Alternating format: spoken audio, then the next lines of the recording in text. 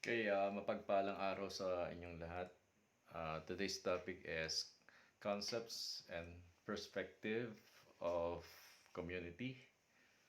This is the first part sa ating Module 1. Ano yung ating pagkakaintindi at ano ang ating pananaw sa komunidad. Dito ay we're going to discuss the importance of understanding community dynamics and of course community action. We're going to define what is community. Elements of community and typologies will be discussed in the next uh, video. Now let's discuss the importance of the community. Ang community refers to a group of individuals, okay, residing in a specific geographic location, whereas society refers to a system of social relationships. Okay, the bigger aspect uh, or area of community is the society, yung parang pinaka pananaw in our perspective. Society is bigger kasi there are different kinds of communities at ang dito ay merong variation, merong mga different kinds of communities. So ang society, sabi rito, is a much larger group than a community. Okay? Larger group. A society can be defined as a group of people that share a defined territory and who have shared culture. So perhaps let's study first what is the society and look at this now. We have family, local community, business, government, law enforcers, church, school, and media. This is what we call the pillars of the society. So we have a family community, father, mother, and children, and sometimes may mga extended families o family members. Okay, yan yung isang community. And local community, ito yung barangay, no, purok, yan. And of course, there is a business community, there is a government, the one who lead the whole nation, the country, and even the local government. Law enforcers, no, mahalaga yan para yung sa kapayapaan and of course there is a church group or uh, and school and of course media. Ang tawag dito ay pillars of society. Okay? So now iba-iba yung society, no? Ito yung different kinds of community. Okay, now let's define community action. Ang action, ito yung community dynamic.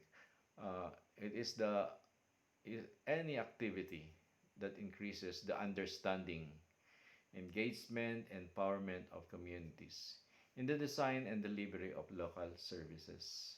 So, ang community merong needs and depende sa needs, no? At ang community, they are active, no? Ito yung mga activities na ginagawa. Of course, kailangan maintindihan natin kung ano ang needs ng community and of course, how to engage and empower the members of the communities para ma-deliver yung tinatawag na local services. Community action is any activity that increases the understanding. Okay, we've already discussed this. Community actions include a broad range of activities and is sometimes described as social actions or community engagement. Okay, let's proceed. Uh, why is community action important? Okay, community action is about putting communities at the heart of their own local services.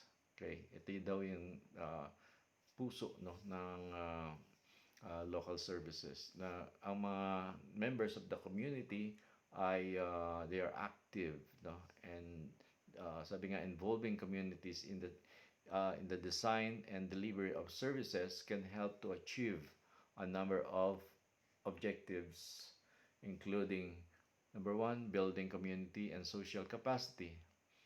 It means helping the community to share knowledge, skills, and ideas. Okay?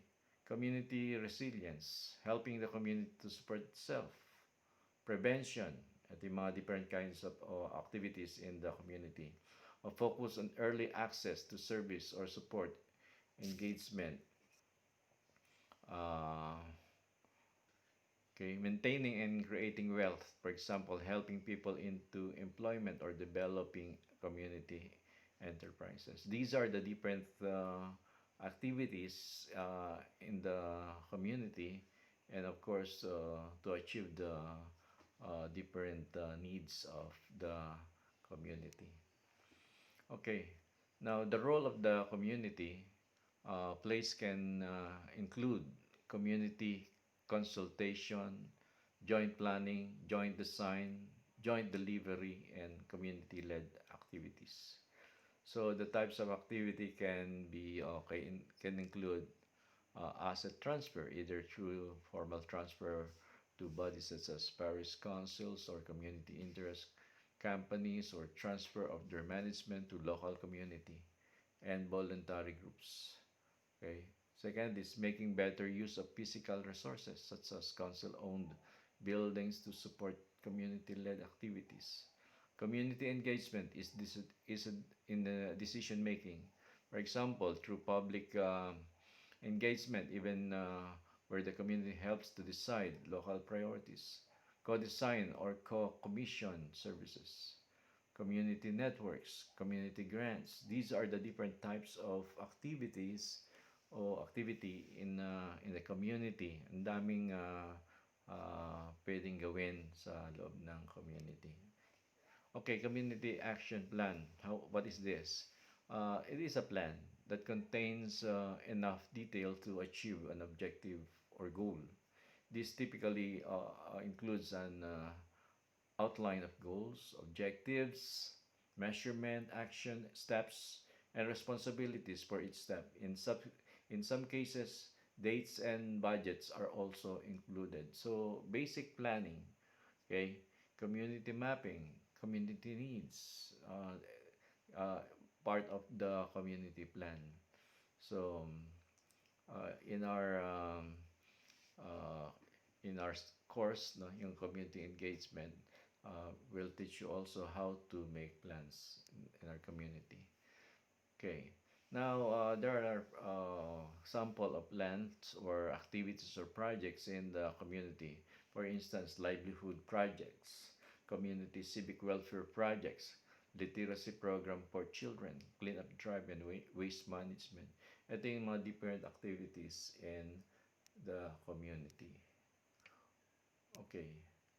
Now, what is community, by the way? In Greek, ang Greek, it is koinonia. It means common or there are one, no? Doon ang galing ang salitang uh, yung community, although it's a Latin word. And the definition of community based on social science perspective, we will also discuss this, institutional perspective, civil society, and local and grassroots levels. Ano sinasabi ng community sa social science? Community is super organic organism or system made up of the thoughts, outlook, and conduct of individual human beings, full of divisions and conflicts brought about by differences. Okay? Ang mga differences dyan ay could be religion, ethnicity, gender, access to resources, class, educational level, income level, ownership of properties, language, personality, etc. So, this is a super organic organism, no, or a system, okay, na ganon ang pagkaitsura ng isang komunidad. Okay, another one in the social science perspective, a community is a group of people whose connections and relations are formed by their shared history, experiences, geographies, and identities. Baga sana merong silang sariling kwento at while sharing out the same sentiment, same uh, yung mga culture, then they could, ito yung nagdadala to a community. So, ito yung line, man, through socialization, develops community. Same experience. So, nagkakaroon lang ng socialization. Ano ba, in car accident, sa bus, tapos may mga kwento sila. Later on, sila na yung magkakaibigan and they form a community. Maaring ang community na ginawa nila while they are in police stations, for instance, then sila ay nagkakakilala, nag-start mag-chat, mag gumawa ng chat group, then that's the start of a community through a socialization. Now, in the institutional perspective, it defines participation as the reach and inclusion of inputs by relevant groups in the design and implementation of the development project. So when we say institution, meron silang established na na group or institution na tinitingnan ito yung perspective ng kung ano yung community. Malaman pa natin uh, family is an institution in terms of business or economics, religious institution, education or school institution, and even the state. No? Ito yung different na perspectives ng tungkol sa organization or sa okay okay family, economic, religion, education, and state. Ano ang pananaw nila when it comes to community? Same thing sa social science. Uh, ito lang ay well established. Halimbawa, ang tatay, nanay sa isang pamilya, merong organization. Okay, just to establish a family. And it is the first institution created by God is the family. And the business, no? May mga leader or a president, okay, then and they form a community. Religion, no? May mga hierarchy, leaders, and same thing with education and the state. So, nagpo-form sila ng community. Now, when talk about civil society organizations, okay, ito yung merong same adhikain or sentiments sila and they form what? A civil society or organizations. Okay, as organizers, he's the one forming community and popular grassroots organizations. As advocates, mobilizing articulates people's interest, political demands, and institutional reforms. As mediators, linking the power and disempowered strata of the society. As delivery alternative mechanism for delivery of social services. So, in a civil society organization, there are different position, there are different roles uh, to carry out their jobs, no? And kailangan yun nang sa gayon ay ma-form yung tinatawag na kanilang adhikain ay matupad. Okay. Uh, Civil society ay they could be considered as the third sector of society, distinct from government and business, and including the family and the private sphere. By other authors, civil society is used in the sense of number one, aggregate of non-governmental organization and institutions that manifest interest and will of citizens. Number two, individuals and organization in a society which are independent of the government. Sometimes the term civil society is used in the more general sense of the elements such as freedom of speech, an independent judiciary that makes up a democratic society, okay? Especially in the discussion among thinkers of Eastern and Central Europe. Civil society is seen also as a normative concept of civic values. So, third sector, besides business and government. So, uh, we need this. I'll give you an example yan, yung mga civil society. They form a human rights activity against, not really against the government, but it is they just showing their sentiments regarding human rights. Another one is this one, yung LGBT, no, yung rainbow, pinapahayag nila ang kanilang mga gusto o naisin, no, about same-sex marriage, etc. Okay, this is the people power, no? Civil society yan, pinabagsak o pinababa nila ang dating Pangulong Marcos. And this is also part of the civil society, helping yung mga walang homes, walang tahanan. That's why they have the Habitat for Humanity. Gumagawa sila ng bahay. Yan, the time of Yolanda, the time of needs ng mga tao. Yung mga tao ay nag-form ng sa civic organization or this civil society to help others also. Now, very interesting to yung student teacher. Sabi nga, wins humanitarian award and 1.75 million pesos for teaching street kids. Naging successful to kasi dati nasa ano lang siya, nasa gilid sa Sampaloc, no, sa Gastambide at nagtuturo ng mga bata. At nakita yon sa Facebook, tapos yun, sumikat na yung bata. Ngayon meron na siyang foundation, the age of 19, no? Ngayon bata, 22 pa lang siya, nag-aaral pa rin. Ito si Efren, nalo rin to sa nagtutulak siya ng kanyang eskwelahan. May mga upuan, may mga libro, at siya ay may mga kasama na rin para sa ganitong gawain.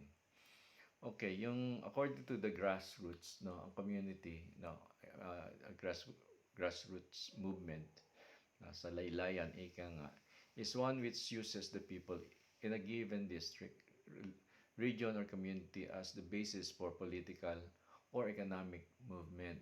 Grassroots movements and organizations use collective action from the local level to affect change at the local, regional, national, or international level. Yung grassroots kasi yung nasa laylayan, nasa baba, associated with bottom up, no, paakyat, rather than yung top down decisions, making and are sometimes considered more natural or spontaneous than more traditional power in structures rather. So paakyat siya, sinasabi nila yung kanilang mga naisin.